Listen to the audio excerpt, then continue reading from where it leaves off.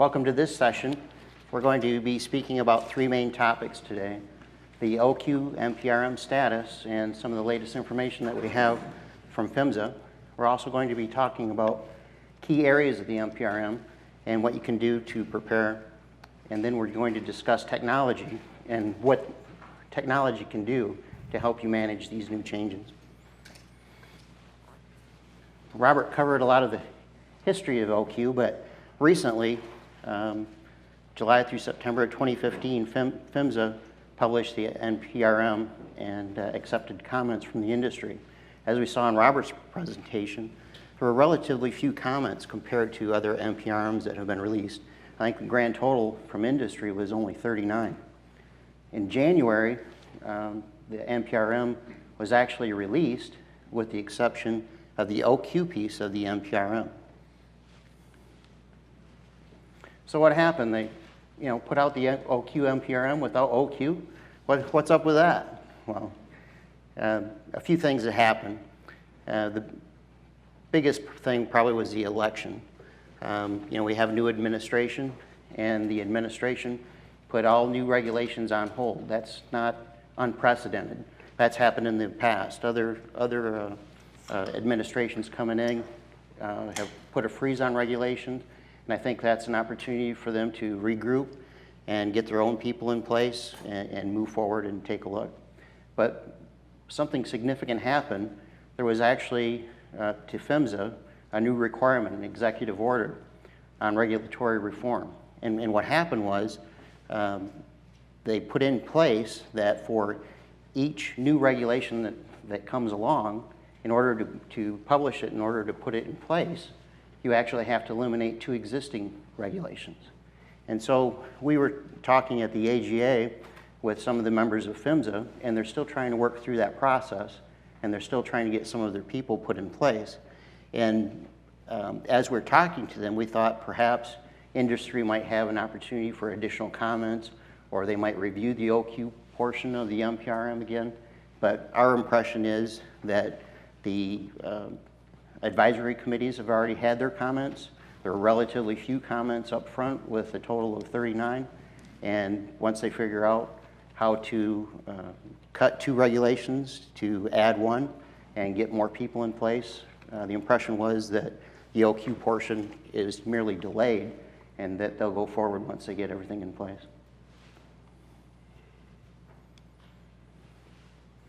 Some of the things that we'd like to review for you and some considerations that you may have for your company and the changes that will have the greatest impact are the scope of the definition of a covered task, training, program effectiveness, evaluator requirements, management of change, and record keeping. By the way, this is a panel, and so as we go along and we touch on some of these subjects, if you have a question or a comment or you would like to discuss something further, we have plenty of time, so let's go ahead and jump in there, raise your hand. We'll bring a mic around to you, and we'll have a little interaction with this panel. In the NPRM, they define the covered task as anything that affects the safety and integrity of the pipeline, including but not limited to operations, maintenance, construction, integrity management, and emergency response tasks performed on the behalf of the operator. So the new twist to me is that if they go away from the four-part test, or they do keep the four-part test, the main theme that seems to follow through with the different folks that we talk to is that you'll see the addition of construction, integrity management, and the accounting for emergency response. Now, I don't think, as operators, as you look across your task list today, that you could think of a particular task that would only be done in an emergency. Most of it's O&M. Howsoever, I think the emphasis for emergency response is that some of the smaller operators during an emergency, if you actually plan on, for example, the fire department or the police department helping you turn some valves or actually taking an offensive action on your behalf, and that's part of your plan, they need to be qualified. And so I think that's the emphasis with emergency response. And new construction, think of the implications of having to have qualified people to do your new construction. I worked for an operator for a number of years, and when we would roll in crews to start up a new construction project, just because of the span of control and whatnot, there would be a delay, but we didn't have to qualify everybody other than on tie-ins. And so if you have a construction project, you might want to budget or build in the delays that would occur with getting qualified crews and accounting for everybody on that job being qualified. Tom, just to chime in on that, at Con Edison, we currently use a 3-part rule that eliminates from the cover test definition the operation and maintenance tasks. So therefore, because of our 3-part rule, new construction is already embedded in our OQ. And from the faces I see in the room, I think some of the other LDCs that are represented here are following a similar model. That change will make it's a big change for those who don't have new construction as part of their OQ plan right now, and it predominantly would affect your contractors. But if there are any questions around how we manage contractors performing new construction, I'm happy to field those. And the same with us. We've always had our contractors qualified. We've done pre-qualifications in which we go through a process early on for various contractors to be certified by us. So we carry through anywhere from OQ training, liability insurance. We try and manage all aspects of that with our contractors. Historically, we look at, in the new rule that's coming out, there's going to be something probably tied to operator assessment of your operator qualification program. In that assessment, there is individual assessment that you'll be looking at to ensure that your employees are certified and they're able to do performance measures. But also, we want to tie in group performance measures as a goal, such as you're talking about integrity management, emergency response tasks, because integrity management deals with sort of damage prevention, third-party damages, which is one of the biggest causes of concern for us as a utility, that companies come in and damage your facilities without locate tickets and things of that nature. The second part is emergency response task portion, in which you're required by your public awareness to interact with your chief of police, your fire chiefs, and things of that nature. We've found some of the fire departments to be very aggressive. They're starting to get equipment that they will crimp off your poly services.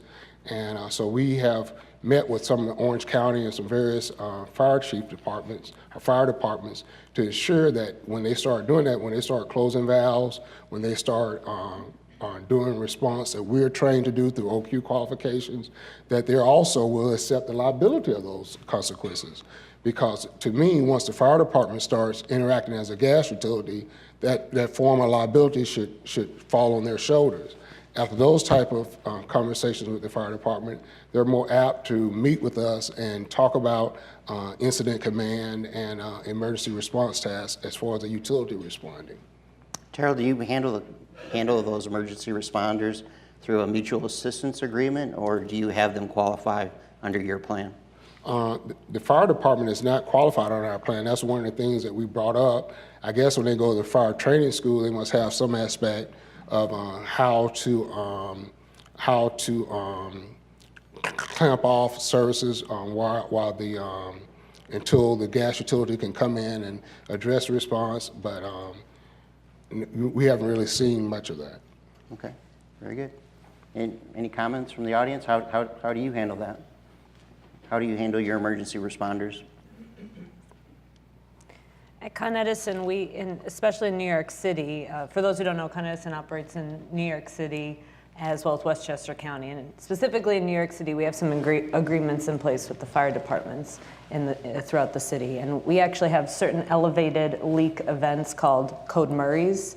And in those situations, not only are we sending out our first responders, but we're also calling the fire department and asking them to dispatch first responders. Because oftentimes we find the fire department can get to a leak or a location in the city quicker than Con Edison can. So in those situations, we do have the fire department performing what would be in the future considered operator qualification tasks. We do a lot of training right now with our fire departments, but we don't go as far as qualifying them yet. So that's Okay. the next step. And with the changes in the proposed rules, we're starting to have those conversations to determine the best way to tackle that. Very good. Something to think about. Question over here, please. Could you talk a little bit more about the implication of integrity management being included? You mentioned, like the third-party damage, but I mean, there's a lot in the integrity management program that, I'm not sure what it means that people have to be qualified for various aspects of that. If it's not directly operating the pipeline or has, direct effect on the operations of the pipeline. One thing we've done is recognizing that it's not a lot of our integrity management work on the transmission side specifically. You don't actually do anything on the pipeline. You're doing above ground assessments. We've written into our OPQUAL plan the allowance for NACE certifications in lieu of a Con Edison OPQUAL, and we require our integrity management contractors to have certain levels of NACE certification or an equivalent. So that is one way we think that in the future we can address this rule change. Just for those who are interested in integrity management, at Con Edison we perform mostly ECDA type surveys. We have an unpiggable transmission system, so we aren't doing a lot of pigging. So for us, that's inline inspection is not really an area of concern. And the way we see it is that our goal is to have our employees trained to where they can manage things that are associated with integrity management, like leaks. That's another category besides third-party damages, making sure that we have leak surveys done, that we don't have issues in the field with, and hold down the amount of leaks that we have occurring in the field that's documented in your integrity management plan. But for our utility, the biggest corporate was third-party damages, so that's one of the things that we have a benchmark on that for the overall aspect of the company employees. Like I say, integrity management is a goal for group or the utility as a whole benchmark. It's pretty easy for all of us to imagine integrity management tasks. Work currently being done on the pipeline can be called integrity management tasks today. Howsoever, if you, I think, go down the direction that you're heading, where does it end? The engineers that read the ILI data, they never get on the pipeline, but we're making calls as to whether to dig up an anomaly or not based on that person's qualifications and their interpretation of the ILI data. Has anybody had that discussion or that concern? On that note, PHMSA recently put out an advisory bulletin about TIMP and the section in the TIMP plans related to qualification. And they're kind of saying to us, what we're seeing from you during our audits is that you're kind of I'm paraphrasing, but somewhat of a pencil whipping of that aspect of TIMP versus what they intended it to be, which is a more robust training and qualification requirement. Not operator qualification, but some type of qualification requirement. So right now, based on that advisory bulletin, we're taking a closer look at, even to your point, the engineers doing the analysis of the surveys that we've run. What qualifications do we expect them to have? Yeah. And then on the historical part, you talked about in 1999 when the program first started, you recognize that PHMSA said this was not a training rule. That when it first came out, we talked about, and the industry kind of negotiated that it was not a training rule, but the auditors kind of turned it into a training rule as time went on, even though that was a gray area in the original 1999 agreement, which we're still under. Right. Okay. Very good discussion. Thank you. So what does a qualified individual look like going forward? They are able to perform the covered task. They're able to read and react like we were talking about earlier in the earlier presentation to abnormal operating conditions. They can recognize an abnormal operating condition and do the proper thing when they recognize it. They need to be able to demonstrate knowledge, skills, and abilities going forward, not just a knowledge test. They're actually going to have to demonstrate that they have the skill and ability to perform the task. Robert talked about span of control. I'd like to talk about the span of control in relation to what the NPRM said. Span of control definition was reviewed. This is just an example of a span of control of 1 to 3, one qualified individual overseeing 3 non-qualified individuals. As I read the NPRM, it talks about one individual observing another individual performing a single covered task. And so they didn't put in the NPRM that the span of control might go down to 1 to 1, but when you talk about an individual observing another individual performing one covered task, it's pretty easy to see that they're driving the span of control down to a 1-to-1 ratio.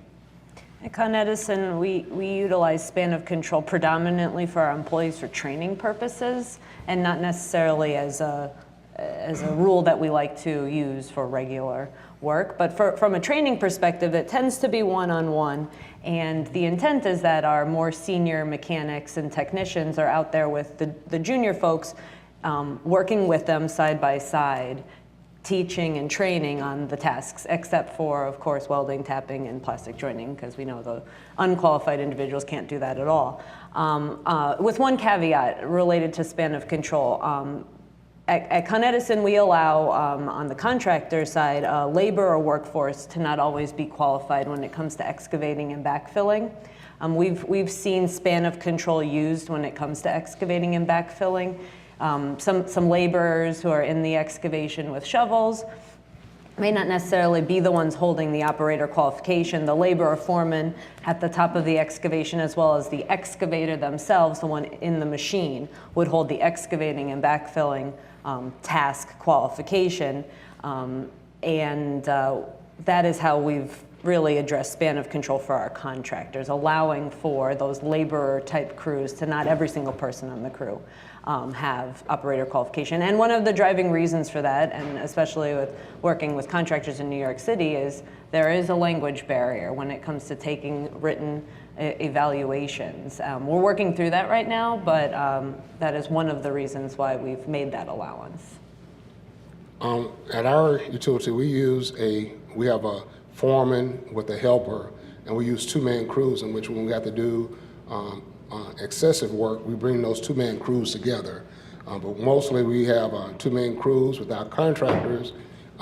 Sometimes we allow them to have a 1-to-2 ratio with the contractor crews.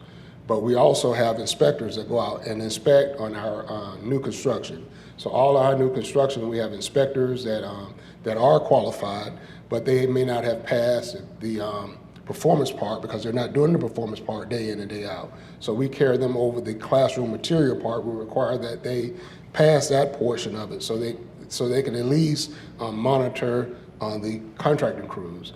The contractor crews, during our pre-development, we have a list of employees that were in the areas that they're qualified in, so we kind of know when they show up on site. We do field inspections because we have found with some of the contractors that some of the names that may have been submitted may be, it turns over in distribution. So some of those employees may no longer be with the contractor. So we do on-site, random reviews of contractor crews on a week-to-week basis with our inspectors to ensure that the employees on site do carry the qualifications that's been submitted. Okay. Another question? Comment?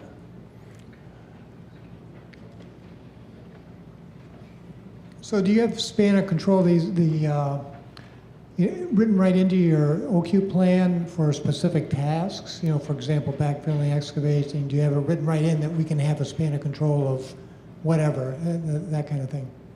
Yes, we do.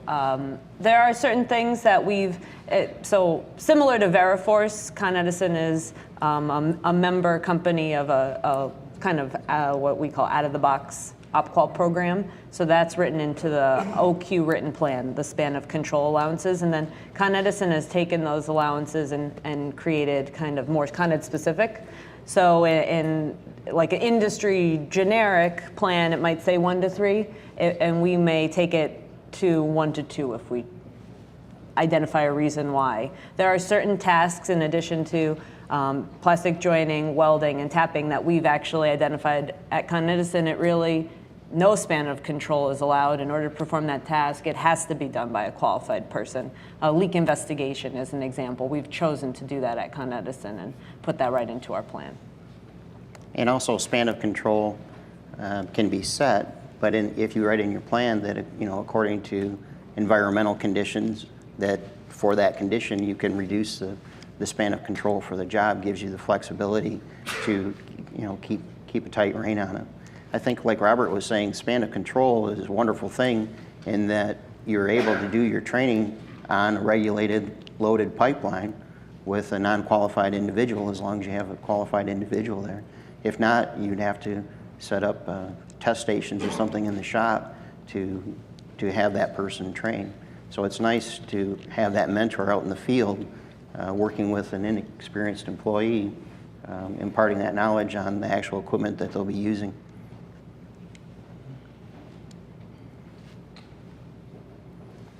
Okay. Training requirements. Training for individual performance cover tasks is required as part of qualification. Not only do you need the knowledge, skills, and abilities, but in the NPRM it specifically talks about supplemental training on changes to procedures or specifications for covered tasks. Let's think about that for a minute. What does that mean? If your covered task changes, you'll have to train. If your policies and procedures change, you'll have to train. It doesn't say significant change, it says change. And when we think of internal employees, that's pretty straightforward because most of us have an annual policy and procedure review with our internal employees, and we can cover it that way.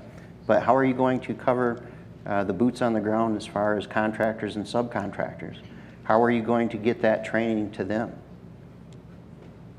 I think a key to this is, especially with the contractor community, documentation of that training and tracking of it and being able to prove sometime down the line that that training occurred for those contractors. That's one thing we're working on right now. We've always communicated to our contractor community that procedures have changed and the expectation has been on them to then take it and communicate it to their workforce, but we want to tie in that kind of prove that we've given them the training and document it somewhere, and we're working on a few things around that. And the other thing with contractors, both on steel and poly, some of the things that we do, we allow our contractors to just lay the pipe or bore the pipe. When it comes to fusions, if they have a person qualified, we'll let them fuse on plastic. But all tapping, when you tie the services into the main, all steel welding is done internally by our staff, internal staff. So we will have control over those taps. We will have control over those fusions. Now, if contractor is fusing on poly, we have inspectors that go by in Jeep and also make sure that the fusions are good fusions and things of that nature. So our inspector does that part on where our contractors are working on poly. Have to document. Yep, the other key thing in the NPRM is program effectiveness. And I don't think that this received enough discussion as far as what are the impacts on the operators. It's pretty extensive impact, and many of you are doing things today that could be described as program effectiveness. But as we run through some of these things, think about how you're going to document program effectiveness. How do you capture that? What does program effectiveness mean? Effective equals the ability to minimize human error due to lack of knowledge, skills, or abilities. It says to be conducted once a year, but really it's an ongoing process. Once a year, not to exceed 15 months, where you would kind of take a look back. But throughout the year, you're going to have to record different things that would be considered program effectiveness. It's a written process to evaluate and amend based on the findings that you have, and it must include minimum measures defined by PHMSA to determine effectiveness. For example, if you had a qualified individual involved in an incident, you would look at that incident and determine, well, were they performing an OQ covered task? Did this person receive the proper training? Was it a non-qualified individual performing a covered task? Who were they evaluated by? How did you select your evaluators? What kind of training did your evaluators have? Do you need to change your policies and procedures? Do you need to change your tasks? And only by recording all of those points, or whatever points you wish to select for your company, and having a continuous baseline, are you able to take a look back and make continuous improvement and make changes to your program? Tom, on that program effectiveness piece, especially when it comes to incident-driven issues, at Con Edison we've expanded our internal definition of incidents to capture what we call operating errors, which are not the things that we report to PHMSA or the New York State Public Service Commission, but what we've defined as smaller incidents. And as a standard practice, we analyze every potential operating error with certain questions we always ask, kind of, how does this tie into the existing training? How does this tie into the existing operator qualification program? And through that, we've been able to make program enhancements. And I think it is, to your point, it's a continuous thing. It's not once a year. Any opportunity that you have a QA or a QC inspection going on, or your contractor inspections out in the field, and you're observing workmanship that isn't to procedure or isn't up to the standards you expect, that's an opportunity to evaluate, are we giving these contractors, our employees, the right tools to be successful? Are we training them properly? Is the qualification a true test to what we expect it to be? And so as we go through that throughout the year, we are making changes to the program, and all about documenting those changes. And the same with us. We review annually changes, but mostly we make sure that the employees have the proper training each year, in which a supervisor looks up and makes sure that the employees program, because they have a classroom set classes that they have to take online, that it still entails what their current job requirements are. So we review that sometimes annually, sometimes even every 6 months, because you have turnover, especially in the distribution areas. You have employees that get promoted, you have employees that leave the company, so you always have new employees coming in, particularly in distribution. So we measure and track those performances on at least an annual basis, sometimes every 6 months.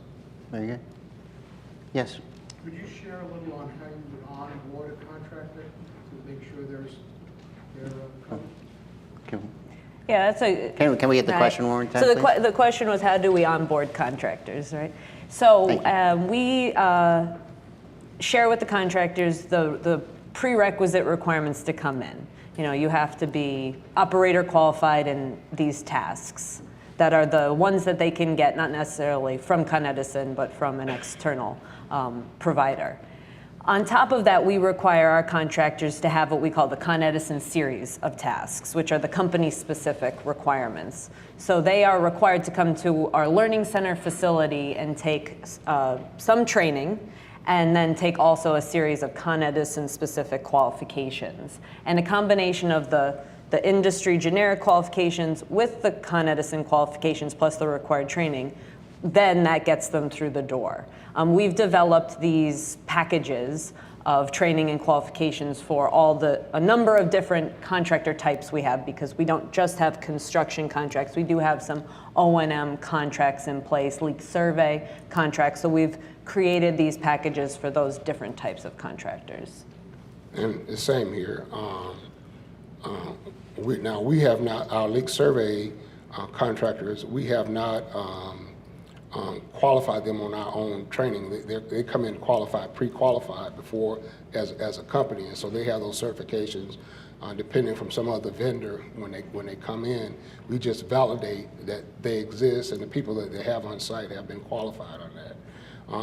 As I said, with the other contractors, the main thing that they're doing is learning how to bore, plow, or fuse poly. But any kind of steel tie-ins, any kind of taps from poly into our main, our internal crews do that. And so we know that our internal crews have been trained on the proper methods. And one thing we're working on expanding to our contractor workforce that we have right now on the training side of our employees is we do field books of repetition for our employees. So they go to our Learning Center facility and get training, they get qualified, and they're holding a current title. In order to progress to the next title, they have to do repetitions of individual tasks in the field, and that's signed off by their supervisor or management employees. We're working on expanding that book as a requirement of our contractors to document in the field training for them as well. We've expanded it to a certain portion of our contractor population, and we're hoping to get it to everyone out there. And some companies want the contractors to qualify on the program they're on, but we decided as an executive leadership team that we're not going to hold our contractor to be qualified under one particular vendor. You know, we accept multiple vendors that have decent programs and qualifications. So since we're a smaller company too as well, we don't require them to come in qualified under the same OQ program or off-the-shelf program that we have. We do allow them to have alternative programs to train under. As I was reading through the NPRM, I think the spirit of the NPRM to me is to close some of the gaps. And from some of the comments that we heard up here about how we treat contractors, they are our employees. We do have that obligation. We are the ones that are liable for the safety of our pipelines.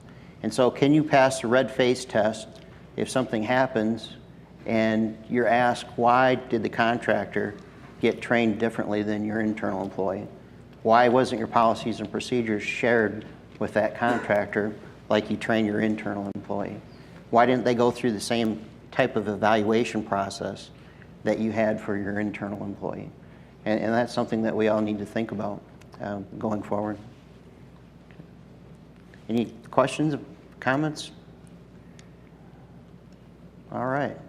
Another section of the NPRM covers evaluator requirements. In the past, the operators have been able to just appoint somebody as an evaluator without any justification, whether it was an evaluator reviewing internal candidates or contractors. There really wasn't any stipulation or requirement on how you selected your evaluators. Going forward, if that stays in the NPRM, you'll have to establish some kind of criteria for selecting your evaluators.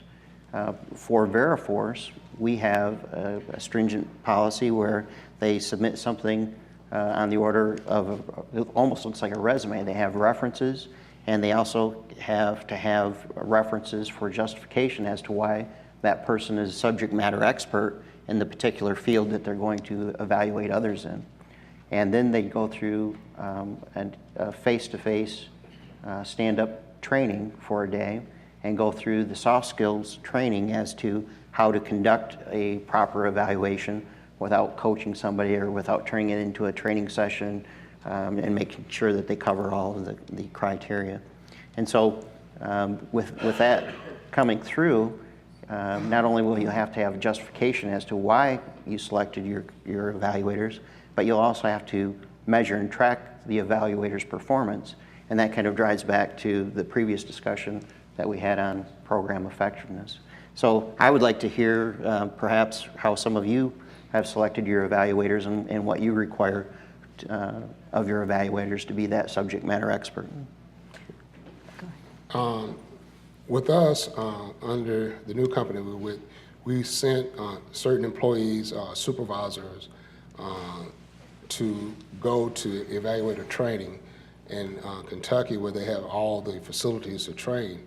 One good thing I hear about Veriforce is that you actually bring people to the actual site to train. So that was a positive, that it costs us some costs to get our people qualified. I mean, when you're traveling hotels, and then also the stress of them being gone when they're some of your key responders. I mean, you're sending your lower line supervisors to go, and if an emergency response comes off, only thing you have is foremen and different people of supervisory age, and not the hands-on people that are gone. So I think that's a positive measure that you have with your program, that you actually send people to the company's site to be evaluated, whereas we have to have the expense of sending ours outside of our service area. Well, thank you. One thing we do, we have a rule that evaluators are not gas operations employees.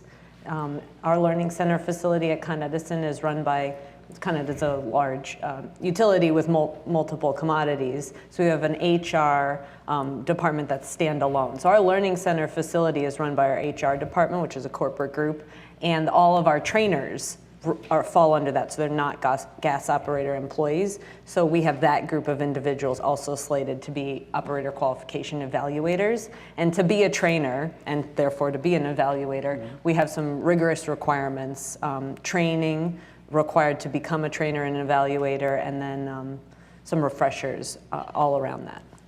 Now, also, a part that's probably going to be changing, because when OQ first came out, you weren't required to really proctor exams of the employees. They could take it in their trucks, they could take it while they're at home, on rainy days they could do training.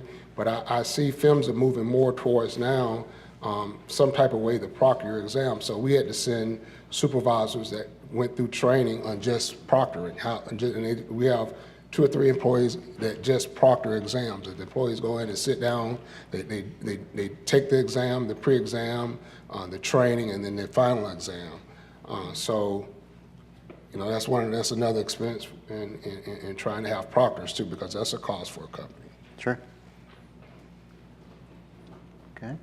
Are you using the word proctor, evaluator? Can we get a mic, please? Sorry. That's all right. Are you using the word proctor and evaluator interchangeable? No, I'm not. They're two separate responsibilities.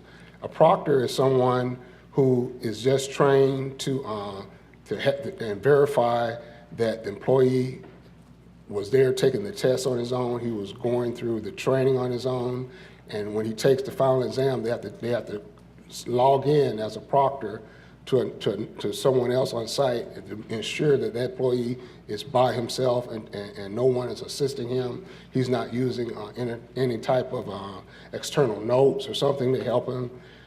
So we have somebody physically sitting down that proctors that exam. And that's usually a manager that's proctoring the exam.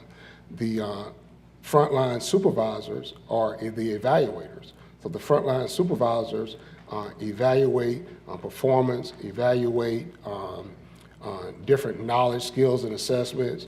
That's a different person that does that within our company. I don't know how it is others.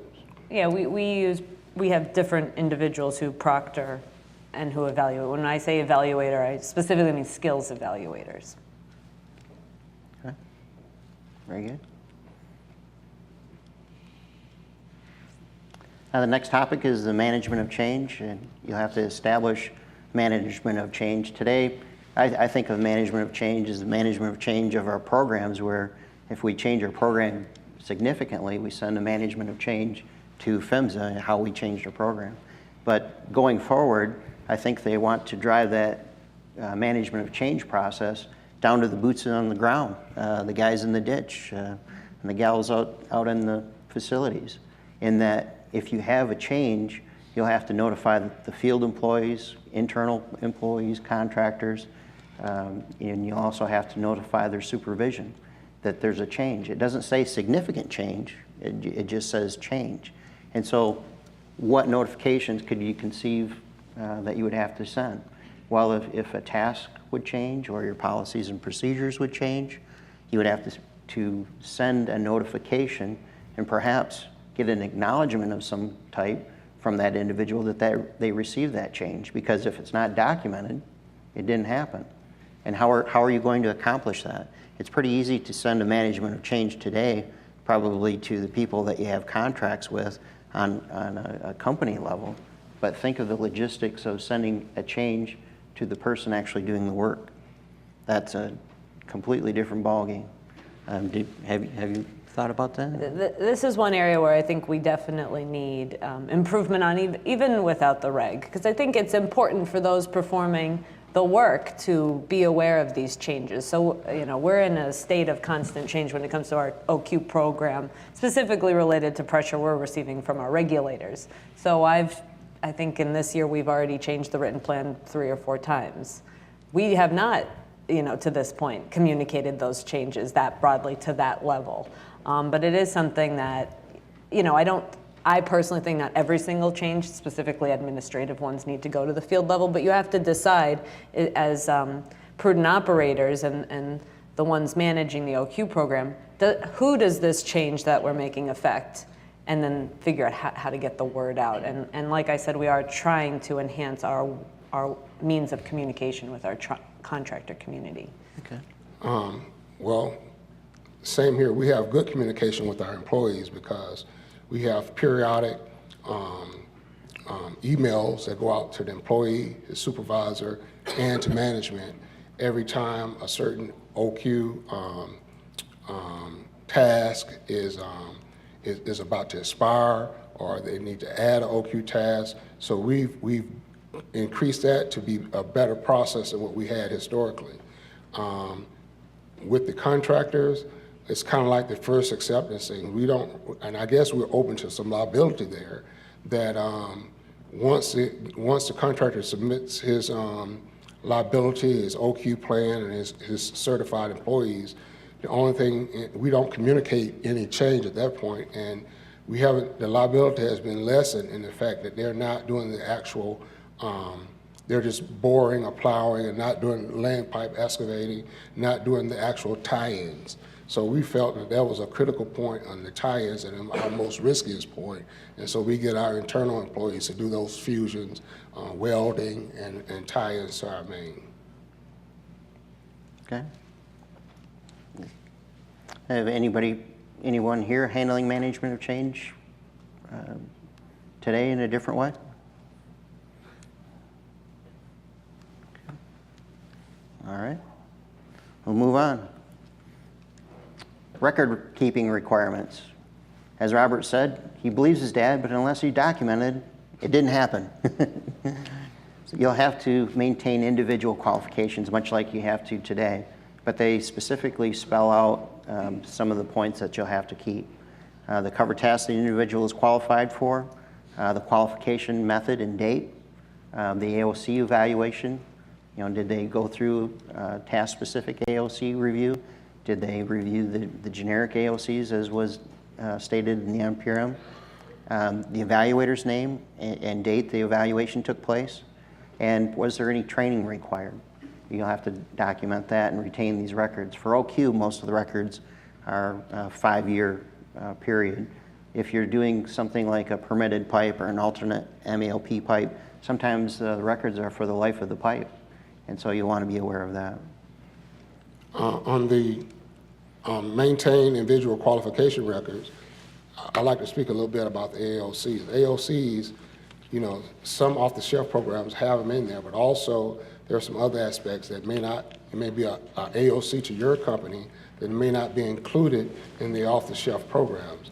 For those, we have identified in our safety plan. And that safety plan, we don't go over all of the AOCs bi-weekly, but bi-weekly we have tailgate meetings in which piecemeal AOCs are discussed. Some are the critical, some less critical.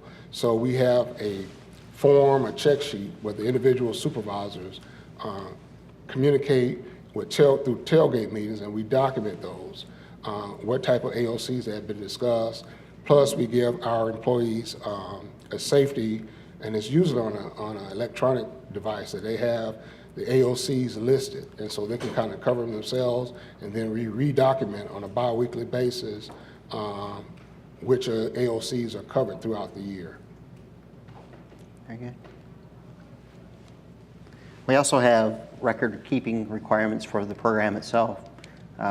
Talked about program effective measures, program changes, list of AOCs that you have, program MOC notifications that you sent out through the year, covered task list, and for each covered task, how you established your span of control ratios, requalification intervals, and the evaluation method that you use for those particular tasks.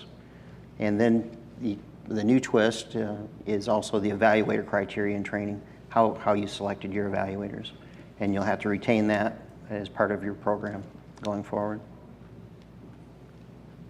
A lot to keep track of. So how are we going to do this?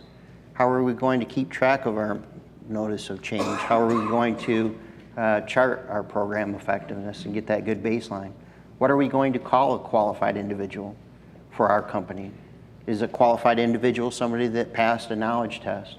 Is a qualified individual somebody that went through a performance evaluation where they could determine knowledge, skills, and abilities? Is a qualified individual required to be familiar with your company's specific policies and procedures?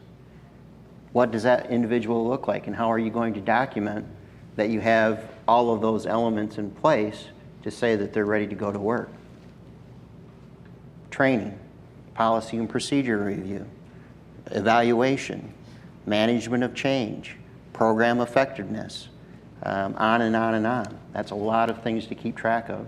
And so be thinking about the record keeping aspect of it and how technology can help and what services that you might need in the future in order to keep track of some of that stuff. No, you're absolutely right. We shifted gears a few years ago from a lot of paper records to now a more electronic repository, and it's really helped us a lot. We went through our first OQ audit a year and a half ago with our state regulator, and the electronic system helped there. If you haven't gone through an OpQual audit, and I think that's a topic for this afternoon, how to prepare for audits. PHMSA on their website has audit criteria for the OQ program. We did a self-assessment based on the PHMSA audit prior to the state regulators coming in. And that really assesses, are you keeping the proper records? And it also shows, if you're on a paper system, it shows how cumbersome and difficult it is to manage all of that. So. Yeah, an electronic repository for these things, an electronic database, keeping track of qualifications, due dates, expiration dates, all this record keeping is very important. Another thing, you're required by PHMSA to keep, to review your O&M manual at least every year to 15 months. We did that, but unfortunately we usually do that at the beginning of the year, where this year we went through a state audit and we got caught. I guess they had a rule change around June or July, which was not caught because we reviewed the manual in January of the year, and then the new rule came out around June or July. So we didn't recognize when the rule change came out to update our O&M manual. Hindsight, we were looking at some ways to really review that got past us, and we got a citation on that. So I think record keeping is important, making sure that you go back and review your O&M, have your O&M on an electronic program, have your safety plan on an electronic form, and also have your emergency response plan on electronic form. Because in Florida, I don't know how other states are, it's just not good enough for your management to have the materials. They go in and check each individual employee that you have working for your company. Do they have an O&M manual on their truck? Do they have a safety plan on their truck? Do they have emergency response plan on their truck? So it's just easier for us to upload that to all our guys have tablets. So it's just easier, rather than changing, giving paper copies out, to have electronic forms. And for required inspection, we send those documents out. But unfortunately, this year, we reviewed our O&M manual too early, I guess. I worked for an operator that had remote locations that were very rarely visited. However, if you had a PHMSA or state inspection, they rolled into that facility and they looked to see if you had current manual at that facility. And so the electronic version is definitely an advantage, because it's tough to go 100 miles in one direction and change out a few pages to your O&M manual. It just doesn't, from a practical standpoint, it just doesn't happen. So be thinking about a few things like that. So, anyone have any comments? How you're handling it today? Okay. Oops. We have one right here. For my company, I work with Connecticut Natural Gas. We do both. We do both paper and electronic. We do the paper more because of the people that have, more years of experience, and they do not want to use the computer. So Sure. that's how we're able to manage that. Yes. The comment was that her company is doing it both ways, as far as record keeping, electronic and paper copies, because some people are just more comfortable with paper.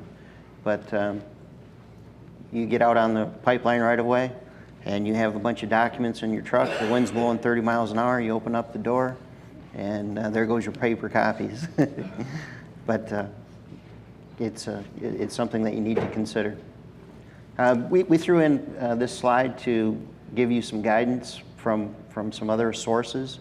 I'm a long-standing member of the ASME B31Q committee and pipeline personnel qualification, and they have a model plan, and they also have a suggested task list.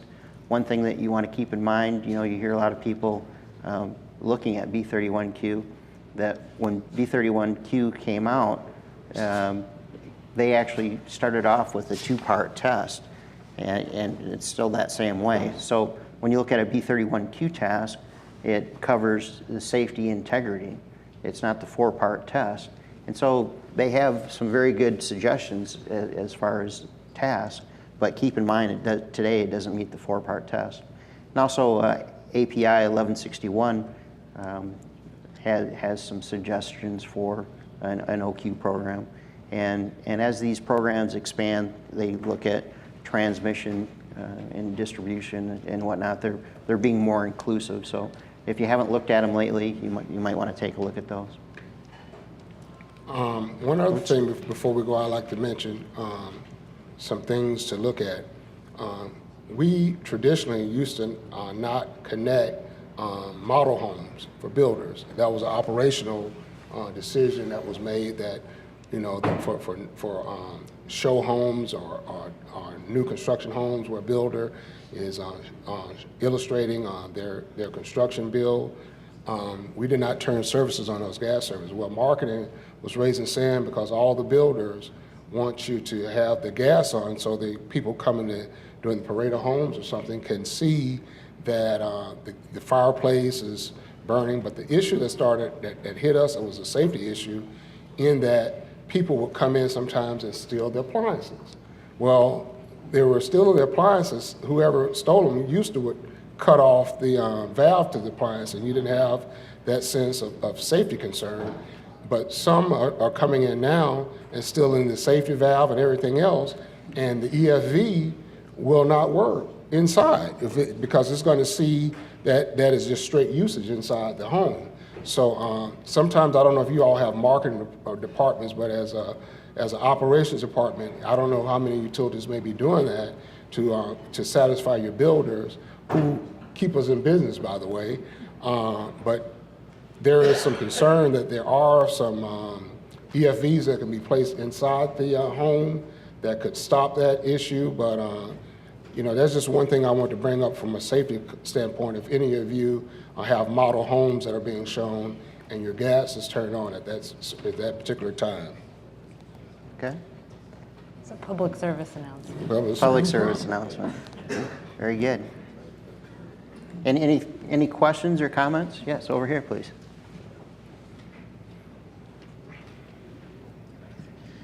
For Con Ed, you mentioned that the evaluators that you are using are not gas operations employees. They're outside. So are you training them on the tasks they're evaluating so that they can you explain something around that for me? Sure. We do have some requirements for them to be employees in that group. Knowledge in the area in which they're training and evaluating is one of them. So what we do see sometimes is that they used to be gas operations employees and now they've gone over to HR. The reason why we emphasize that distinction is that these individuals are not supervising or managing anyone that they're training or evaluating. We think that's kind of an important point of separation. They may use, in their past lives, they could have, certainly. We also have employees that have come from the outside, from the contractor community, and now are employed by our HR group, and they were trainers for a contractor, and now they're trainers for Con Edison. But so it's not that they are unfamiliar with the work, it's just that there's The a... distinction is they fall under HR now. Correct. That's exactly correct. And to touch on evaluators, many of our best evaluators come from industry. They are people on their second careers, maybe people that are no longer capable of actually doing the work themselves, but they definitely have the knowledge and experience to determine whether a person is qualified or not through an evaluation. And so as you think about qualifying your evaluators, take into account that, perhaps somebody with a disability, for example, who has done that work in the past, or has the experience in order to determine whether somebody's qualified or not. Just because they can't physically do the task themselves doesn't mean that they wouldn't be a fantastic evaluator. And so, yeah. So there's just one other thing that I'd like to share with the group. For those who are less familiar with the Northeast, Con Edison over the last 3 years has been involved in a number of incidents, as well as some issues even related to operator qualification with our Public Service Commission. So over the last 3 years, we've really dove in deep when it comes to OpQual and drug and alcohol plan, which I'm talking about this afternoon, and a lot of other compliance issues. And I think it's very hard and difficult. And I even feel, and some people are going to laugh, I feel for our regulators too, because they're getting a lot of pressure. But when you take a really long, hard look at your programs, you're going to come out better on the other end. We found gaps that we were surprised to find. We found non-compliance in areas that was very surprising to us. And we've made some major changes. And we're still on that path of change and improvement. But it's good to get some folks on your teams that may be looking at OQ for the first time. Because they're going to see, well, wait, the reg says this, but what you're doing over here, I don't think exactly ties there. And that's, that's been helpful. And I'm trying to be open and honest. We found gaps. Our regulators know we had gaps, and we're working through those gaps. And hopefully we're happy to share those with the industry so we all become better. I have a question over here. Were you NGA and then Veriforce, or are you doing your own OQ, or what was your Here's a, So the question's on kind of what program we use and what's our transition. So historically, before the incidents, Con Ed was a member utility within the Northeast Gas Association, but we always had our own OQ, in-house OQ evaluation, which was predominantly skills, and it was predominantly for our gas operations workforce, so construction and O&M folks. And it really wasn't that great or robust when it came to the smaller outfits like the technical operations groups and some specialty contractors. So after East Harlem, we looked at OQ as a whole. And we got more involved with the NGA platform and their testing that they had. And that helped us close the gaps for those smaller groups where we identified some issues. And it also has helped us from a tracking and accountability standpoint. Expiration dates have been an issue for us in the past, so all of that. Now, as we're progressing through the program, we're coming on to a hybrid model. And that's what I mentioned, like kind of standard, industry standard, NGA, because we're in the Northeast, and then all of this Con Ed specific series items. Taking the industry generic covered tasks and evaluations, and then layering Con Edison specifics on top of it that really address what our procedures require. And for our contractor community and even our mechanics in the field, we've found that there are certain covered task evaluations that are more geared towards a technician versus a laborer or a mechanic. So we're also testing our individuals to what our expectations are. If you've got a laborer, and I mentioned laborers, we've created some laborer tests that encompass a number of covered tasks, but it's to what we expect a laborer to know. We expect a laborer to know how to excavate, backfill, and install tracer wire, and to recognize and react to AOCs associated with those things and those things alone. So that's one example of a Con Ed specific series we've created. And on the Con Ed specific series, we're addressing the issue of knowledge, skill, and ability. We're trying to cover all three in the Con Ed series. So it may be one test, and it may look like a skills evaluation, but embedded in the evaluation are AOC questions and knowledge questions that are asked orally and then documented as the evaluation takes place. So as I said, I mean, major changes. We didn't start with this hybrid model. We didn't start with a Con Ed series, but I think that's ultimately, we feel comfortable being there, and that's really where our regulators are pushing us anyway. So we're trying to get ahead of that.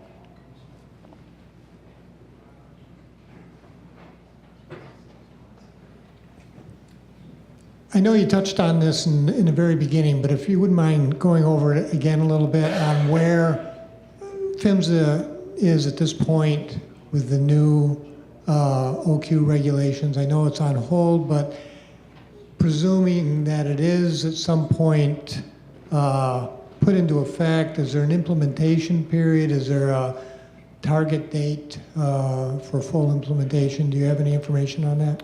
I was fortunate enough to sit in on a presentation by John Gale, who is the director of the standards group for PHMSA, and he said that we could expect to see an agenda out on the website as far as what they wanted to come out with and publish. It was his feeling that because of all of the reviews were all the haze in the barn as far as the comments and the reviews, that the OQ portion of the NPRM wouldn't go out for another review. They're just trying to figure out what the requirements are for putting in a new regulation and then cutting to. They're trying to let the dust settle a little bit and get their people in place before publishing this. But it was his overall impression that the OQ portion of the NPRM would be out this year. I know they said the same thing in 2016, but we anticipate that it'll be out in 2017. And it will be effective immediately? They didn't, it's a mature rule, so the consensus from the people that I've talked to is that the effective date might be much shorter than what it would be if it was a completely new rule. And so we've heard different things. We don't have a crystal ball to tell what that would be, but because this is a mature rule and they're closing gaps on something that exists, there wasn't a lot of comments on it. You could see where the effective date might be pretty tight to the release date.